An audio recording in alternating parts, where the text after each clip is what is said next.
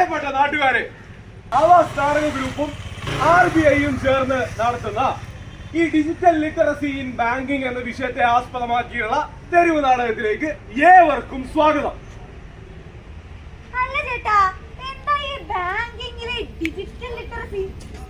അതൊരു വലിയ ആഗോളപരമായ വിഷയമാണ്.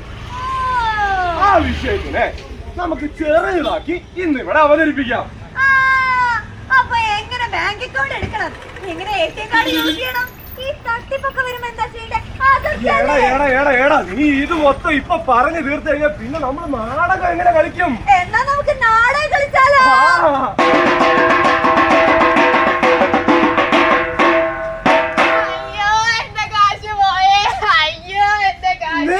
നിന്നോട് ഞാൻ അപ്പോഴേ പറഞ്ഞത്, അയ്യോ എന്റെ പൈസ മൊത്തം പോയേ,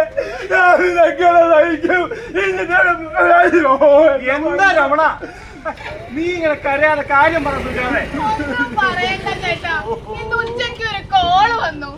എന്തോ വൗച്ചർ അടിച്ചുന്നോ എന്തോ ബാങ്കിന്റെ നമ്പർ ചോദിച്ചിട്ടോ എന്തൊക്കെയോ ഒരു കോള് വന്നു. 2 ലക്ഷം രൂപയാണ് സമ്മാനം എന്ന് പറഞ്ഞു. എന്നിട്ട് എന്റെ ബാബുചേട്ടാ, പേര് പോലും അറിയാത്ത ഏതോ ഒരു കമ്പനി 2 ലക്ഷം രൂപ സമ്മാന തുക ഇട്ട് കൊടുക്കണമെങ്കിൽ കാർഡിന്റെ നമ്പർ പറഞ്ഞു കൊടുക്കണമെന്ന് പറഞ്ഞപ്പോ ഇവളാ നമ്പർ പറഞ്ഞു കൊടുത്തു. കാർഡ് നമ്പറും അതിന് പിന്നിലുള്ള CVV നമ്പർ ഞാൻ പറഞ്ഞു കൊടുത്തു. അപ്പതാ ഫോണിലേക്ക് ഒരു OTP വന്നു, അതും ഞാൻ പറഞ്ഞു കൊടുത്തു. അബദ്ധം കാണിച്ചല്ലോ എന്റെ സുജാതെ. ശരി, ഇവർക്ക് സംഭവിച്ചത് സംഭവിച്ചു.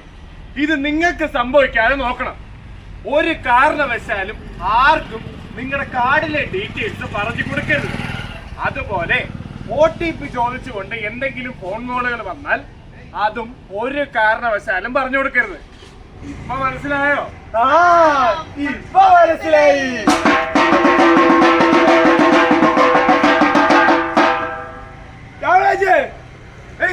ലൈറ്റ് ആയിട്ട് മധുരം കൂട്ടി. എന്താ രാമോ നിന്റെ മുഖത്തൊരു മ്ലാനത? ഓ, അതൊന്നുമില്ല ചേച്ചി, ഒരു കാര്യമില്ലാത്ത കാര്യമാ. ചേച്ചി വേണ കച്ചവടമൊക്കെ എങ്ങനെ പോകുന്നത്? അങ്ങനെ തട്ടിയും മുട്ടിയും പോന്നെ. ഞാനിപ്പോ ഒരു സംശയത്തിന്റെ ഉത്തരം അന്വേഷിച്ചോണ്ട് നടക്കുക. ഇതിപ്പോ ആരോട് ചോദിക്കാന്ന് ഒരൊറ്റ പിടി കിട്ടുന്നില്ല. ചേച്ചി ചോദിക്കുന്നേ, ഇവിടെ എല്ലാരും നിൽക്കല്ലേ, നമുക്ക് തീർപ്പുണ്ടാക്കാം. ഈ കടയിൽ വരുന്നവരൊക്കെ ചേച്ചി UPI നമ്പർ ഉണ്ടോ, UPI ID ഉണ്ടോ എന്നൊക്കെ എന്നോട് ചോദിക്കുന്നേ. ഞാനത് വെച്ച് ബാങ്കിൽ പോയി ചോദിച്ചു എന്താണിതെന്ന്. അപ്പൊ കറന്റ് അക്കൗണ്ടെന്നോ സേവിങ്സ് അക്കൗണ്ടെന്നോ അങ്ങനെ വല്ലതും പറയുന്നുണ്ട്. ഇത് ഏതപ്പോ ഞാൻ എടുക്കണ്ടേ? എന്റെ സംശയം ഇത് തന്നെയാണ്. ഇതിപ്പോ കറന്റ് അക്കൗണ്ട് സേവിങ്സ് അക്കൗണ്ട് എന്ന് പറഞ്ഞു കഴിഞ്ഞാൽ ഇത് രണ്ടും തമ്മിലുള്ള വ്യത്യാസം എന്താ? ആരോടേലും പോയി ചോദിച്ചു കഴിഞ്ഞാൽ നാണക്കേട് അല്ലെങ്കിൽ ചോദിക്കാനും ഒരു മടി. ബാങ്കിങ്ങിനെ പറ്റിയൊരു ചർച്ച. ബാബുചേട്ടാ, ഞങ്ങൾക്ക് ഓരോ ബാങ്ക് അക്കൗണ്ട് വേണം. ഏതെടുക്കണം? നിങ്ങളുടെ ആവശ്യം എന്താ? എനിക്ക് എന്റെ കച്ചവടം ഒന്ന് ഡിജിറ്റൽ ആക്കണം. എന്നാ ചേച്ചി ബിസിനസ് അക്കൗണ്ട് എടുക്ക്, അഥവാ ഒരു കറന്റ് അക്കൗണ്ട്. അതാവുമ്പോ എത്ര വേണമെങ്കിലും പണം നിക്ഷേപിക്കുകയും വിക്ഷേപിക്കുകയും ചെയ്യാം. അതിലൊരു ലിമിറ്റ് ഇല്ലെന്നേ. അത് കൊള്ളാം. പക്ഷെ ബാബുചേട്ടാ, ഇത് എനിക്ക് ശരിയാവത്തില്ല. കാരണം ഞാൻ ഇങ്ങനെ കാശ് അങ്ങോട്ടും ഇങ്ങോട്ടും അയച്ചു കളിച്ച എന്റെ കയ്യിലുള്ള പൈസ മൊത്തമോ ഞാൻ നശിപ്പിക്കും. എനിക്ക് ദിവസം കിട്ടുന്ന കൂലി സേവിങ്സ് ആയിട്ടിട്ട് അത്യാവശ്യം പൈസയൊക്കെ കൂട്ടാൻ പറ്റുന്ന ഒരു അക്കൗണ്ട് അതേത് വേണം? അങ്ങനെയാണെങ്കിൽ നീ ഒരു സേവിങ്സ് അക്കൗണ്ട് എടുക്ക്. അതില് മാസാമാസം നിക്ഷേപത്തിന് ഒരു ലിമിറ്റ് ഉണ്ടെങ്കിലും കറണ്ട് അക്കൗണ്ട് വെച്ച് നോക്കുമ്പോ പലിശയൊക്കെ കുറച്ച് കൂടുതൽ കിട്ടും. അത് കൊള്ളാലോ. എന്റെ ബാബു, ഇതിട്ട് എളുപ്പമായിരുന്നോ? അപ്പൊ ബിസിനസ് നടത്തണമെങ്കിൽ കറന്റ് അക്കൗണ്ട് അല്ലെങ്കിൽ ബിസിനസ് അക്കൗണ്ട്. ഇനിയിപ്പോ സ്വകാര്യ ആവശ്യങ്ങൾക്കാണെങ്കിൽ സേവിങ്സ് അക്കൗണ്ട്. അങ്ങനെയല്ലേ? അത് തന്നെ.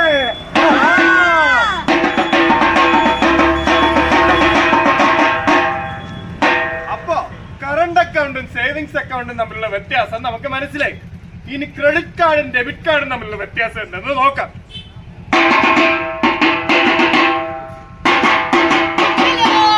ഞാനാണ് ഡെബിറ്റ് കാർഡ്. ഹലോ, ഞാനാണ് ക്രെഡിറ്റ് കാർഡ്. നിങ്ങൾക്ക് ആർക്കെങ്കിലും പണയിടപാടുകൾ നടത്തണമെങ്കിൽ ഞങ്ങൾ 2 കാർഡുകൾ വേണം. ഞാൻ നിങ്ങളുടെ ബാങ്കുമായിട്ട് നേരിട്ട് ലിങ്ക് ചെയ്യപ്പെട്ടിരിക്കുന്നു. നിങ്ങൾക്ക് പണം വിഡ്രോ ചെയ്യണമെങ്കിൽ നിങ്ങൾക്ക് നേരിട്ട് പോയിട്ട് ചെലവാക്കുന്നതാണ്. പക്ഷെ ഞാൻ അങ്ങനെയല്ല കേട്ടോ.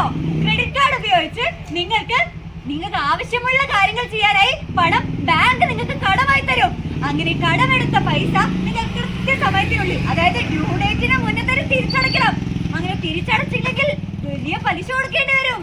ഡെബിറ്റ് കാർഡ് ഉപയോഗിക്കുമ്പോൾ നിങ്ങൾ നിങ്ങളുടെ സ്വന്തം പൈസയാണ് ചെലവാക്കുന്നത്. അതിന് യാതൊരുവിധ പലിശയും അടയ്ക്കേണ്ടതില്ല. ക്രെഡിറ്റ് കാർഡിന്റെ കാര്യം പറയുകയാണെങ്കിലേ ഉത്തരവാദിത്തത്തോടെ ഉപയോഗിച്ചു കഴിഞ്ഞാൽ നിങ്ങൾക്ക് നിങ്ങളുടെ ക്രെഡിറ്റ് സ്കോർ ഉയർത്താൻ സാധിക്കും. ഡെബിറ്റ് കാർഡിന്റെ കാര്യത്തിൽ ക്രെഡിറ്റ് സ്കോർ ഒന്നുമില്ല, അത് കൂടുകയുമില്ല കുറയുകയുമില്ല. പിന്നെ ക്രെഡിറ്റ് കാർഡ് ഉപയോഗിച്ച് കഴിഞ്ഞാൽ നിങ്ങൾക്ക് ഒട്ടനവധി സമ്മാനങ്ങൾ നേടാവുന്നതാണ്. സൗജന്യ യാത്ര, അതുപോലെ പിന്നെ ക്യാഷ് ബാക്കുകൾ ലഭിക്കും. നിങ്ങൾ അങ്ങനെ പോകല്ലേ, ഇതൊക്കെ ഉപയോഗിക്കുമ്പോ ശ്രദ്ധിക്കേണ്ട കാര്യങ്ങളും കൂടെ ഒന്ന് പറയും. ഓ, നിങ്ങളുടെ കാർഡ് നഷ്ടപ്പെട്ടു കഴിഞ്ഞു കഴിഞ്ഞാൽ നിങ്ങളുടെ ബാങ്കുമായോ അഥവാ കസ്റ്റമർ കെയറിലേക്കോ വിളിച്ചു പറഞ്ഞ് നിങ്ങളുടെ കാർഡുകൾ എത്രയും പെട്ടെന്ന് ബ്ലോക്ക് ചെയ്യണം. പിന്നെ എപ്പോഴും ബാങ്ക് ആപ്ലിക്കേഷൻ ഉപയോഗിച്ചോ അല്ലെങ്കിൽ ഇമെയിൽ വഴിയോ ഫോണിലെ SMS വഴിയോ നിങ്ങൾക്ക് നിങ്ങളുടെ ബാലൻസ് എപ്പോഴും ചെക്ക് ചെയ്യാവുന്നതാണ്. അതുപോലെ ATM കാർഡ് ഉപയോഗിച്ച് ചെയ്യാവുന്നതാണ്. ഇത് കൃത്യമായി ചെക്ക് ചെയ്താൽ എന്തെങ്കിലും തട്ടിപ്പുകളോ തിരിമറികളോ നടന്ന് നിങ്ങൾക്ക് വേഗം കണ്ടുപിടിക്കാം. സുരക്ഷിതമായ സ്ഥലത്ത് മാത്രമേ നിങ്ങൾ നിങ്ങളുടെ കാർഡുകൾ ഉപയോഗിക്കാൻ പാടുള്ളൂ. വിശ്വസനീയമല്ലാത്ത ഒരു സ്ഥലത്തും നിങ്ങളുടെ കാർഡിന്റെ പിൻ നമ്പർ ഉപയോഗിക്കാനോ കൊടുക്കുവാനോ പാടുള്ളതല്ല. അതുപോലെ കാർഡുകൾ ഉപയോഗിക്കുമ്പോൾ നമുക്ക് ഫോണിലേക്ക് വരുന്ന OTP നമ്പർ ഇല്ലേ, അത് മറ്റാരുമായും പങ്കുവെക്കാനേ പാടില്ല. മനസ്സിലായോ?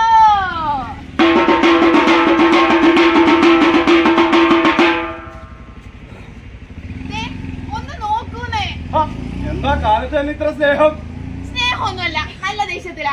സ്നേഹമുള്ളിടത്താണല്ലോ ദേഷ്യം ഉണ്ടാവുക. നിങ്ങൾ എന്തേ പറയുന്നേ? നമ്മുടെ കുട്ടി വളർന്നു വരെയല്ലേ, അതിന്റെ പഠിത്തത്തിനായിട്ട് വല്ല പൈസ തീരുമാനിച്ചിട്ടുണ്ടോ? നീ ഇങ്ങനെ ചെറിയ കാര്യങ്ങൾക്ക് ഇത്ര ടെൻഷൻ അടിക്കല്ലേ. ചെറിയ കാര്യ, കുട്ടിയെ പഠിപ്പിക്കുന്ന ചെറിയ കാര്യ. മോളെ പഠിപ്പിക്കാനുള്ള വഴിയൊക്കെ ഞാൻ കണ്ടുവച്ചിട്ടുണ്ട്. അതെന്ത് വഴി? എടാ, നമുക്കിപ്പോ വിദ്യാലക്ഷ്മി എഡ്യൂക്കേഷൻ ലോൺ ഉണ്ടല്ലോ, അത് എല്ലാവർക്കും അപ്ലൈ ചെയ്യാൻ പറ്റുമോ?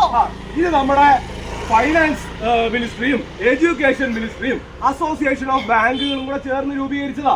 അതായത് സെൻട്രൽ ഗവൺമെന്റിന്റെ. ഇതിപ്പോ നമുക്ക് അപ്ലൈ ചെയ്യണമെന്നുണ്ടെങ്കിൽ കുട്ടി എൻട്രൻസ് കഴിഞ്ഞ് നിൽക്കുകയാണെന്ന് വിചാരിക്കും, അവർക്ക് മാനേജ്മെന്റിൽ അഡ്മിഷൻ കിട്ടത്തുള്ളൂ. അല്ലെങ്കിൽ ഇപ്പൊ അടുത്തുള്ള ഒരു സ്ഥാപനത്തിൽ പഠിക്കേണ്ട പേരിൽ ഇപ്പൊ ഫീസ് കൊടുക്കണം. അങ്ങനെയൊക്കെ ഉള്ള സാഹചര്യത്തിൽ നമുക്ക് ഈ വിദ്യാലക്ഷ്മി ലോൺ അപ്ലൈ ചെയ്യാം. ഒരു ബാങ്ക് അക്കൗണ്ട് ഒക്കെ ഉണ്ടെങ്കിൽ എന്തായാലും ഗുണം. അത് മാത്രല്ലാതെ പഠിച്ചു കഴിഞ്ഞ് ഇറങ്ങിയിട്ട് പിന്നെയും ഒരു വർഷം കഴിഞ്ഞിട്ട് ഇത് അടച്ചു തുടങ്ങിയാൽ മതി. 15 വർഷത്തോളം കാലാവധിയും കിട്ടും അടച്ചു തീർക്കാൻ വേണ്ടിട്ട്. ഇത് പറഞ്ഞപ്പോഴാ നമ്മുടെ കുട്ടിക്ക് ഒരു ജോലി കിട്ടിയിട്ടേ ആരോഗ്യ ഇൻഷുറൻസ് എന്തായാലും എടുക്കണം. ആരോഗ്യ ഇൻഷുറൻസ് ഇപ്പൊ മോക്ക് ജോലി കിട്ടുന്നവരെ കാത്തിരിക്കണോ? അതിപ്പോ തന്നെ എടുത്തൂടെ? അതിന്റെ പ്രീമിയം ഒക്കെ അടക്കണ്ടേ? സെൻട്രൽ ഗവൺമെന്റിന്റെ അണ്ടറിൽ എത്ര ഇൻഷുറൻസ് സ്കീമുകൾ ഉണ്ടെന്ന് അറിയാമോ? വെറും 20 രൂപ പ്രീമിയം അടച്ചുകൊണ്ട് നമുക്ക് 2 ലക്ഷം രൂപ വരെയുള്ള ഇൻഷുറൻസ് ലഭിക്കും. നീ ഇതിനെ പറ്റി ഒന്നും അന്വേഷിക്കാത്തോണ്ടാ.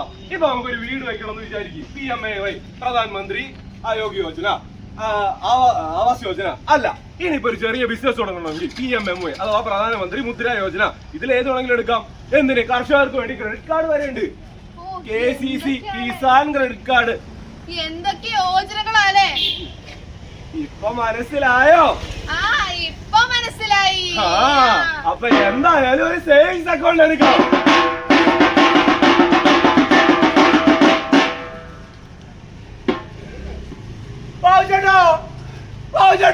എന്തോ ആകെ പ്രശ്നമായി. എന്റെ ബാങ്ക് അക്കൗണ്ടിൽ കിടന്ന കാശ് മൊത്തം ഏതോ ഒരുത്തൽ അടച്ചുകൊണ്ട് പോയി. ഞാൻ ആ പോലീസ് സ്റ്റേഷനിൽ പോയി പരാതി കൊടുത്തപ്പോ അവര് പറയാ ബാങ്കിലും കൂടെ പോയി പരാതി കൊടുക്കാൻ. ഞാൻ എന്ത് വേണം? നീ പോലീസുകാർ പറഞ്ഞ പോലെ ബാങ്കിൽ പോയി പരാതി കൊടുക്ക. ഞാൻ ബാങ്കിൽ പരാതി കൊടുക്കാൻ പോയിന്നേ, പക്ഷെ അവർക്കൊരു ഉത്തരവാദിത്തമില്ല. ഞാനിപ്പോ പരാതി കൊടുത്ത് 1 മാസമായി, അവർ ഇതുവരെ ഒരു തീർപ്പ് ഉണ്ടാക്കിയിട്ടില്ല. എന്റെ രമണ, ഇപ്പൊ എല്ലാ ബാങ്കിലും RBIയുടെ ഇന്റഗ്രേറ്റഡ് ഒംബുഡ്സ്മാൻ പ്രോഗ്രാം ഉണ്ട്. അതായത് 1 മാസത്തിനുള്ളിൽ നിന്റെ പരാതിക്ക് തീർപ്പായിട്ടില്ലെങ്കിൽ നിനക്ക് പരാതി നേരിട്ട് RBIക്ക് നൽകാം. RBIക്ക് നേരിട്ട് പരാതിയോ? ഓ, അതൊക്കെ എങ്ങനെയാ അടയ്ക്കുക? നമ്മളെങ്ങനെ അതൊക്കെ അപ്ലൈ ചെയ്യുന്നേ? നീ നേരിട്ട് ആ ബാങ്കിന്റെ ഒംബുഡ്സ്മാനെ പോയി കാണ്. പിന്നീട് നിനക്ക് ഓൺലൈൻ ആയിട്ടോ ഓഫ്ലൈൻ ആയിട്ടോ പരാതി നൽകാവുന്നതാ. ഓ, ഇത് ഇത്ര എളുപ്പമായിരുന്നോ? പിന്നെ അല്ലാണ്ട്. ഇപ്പൊ മനസ്സിലായി.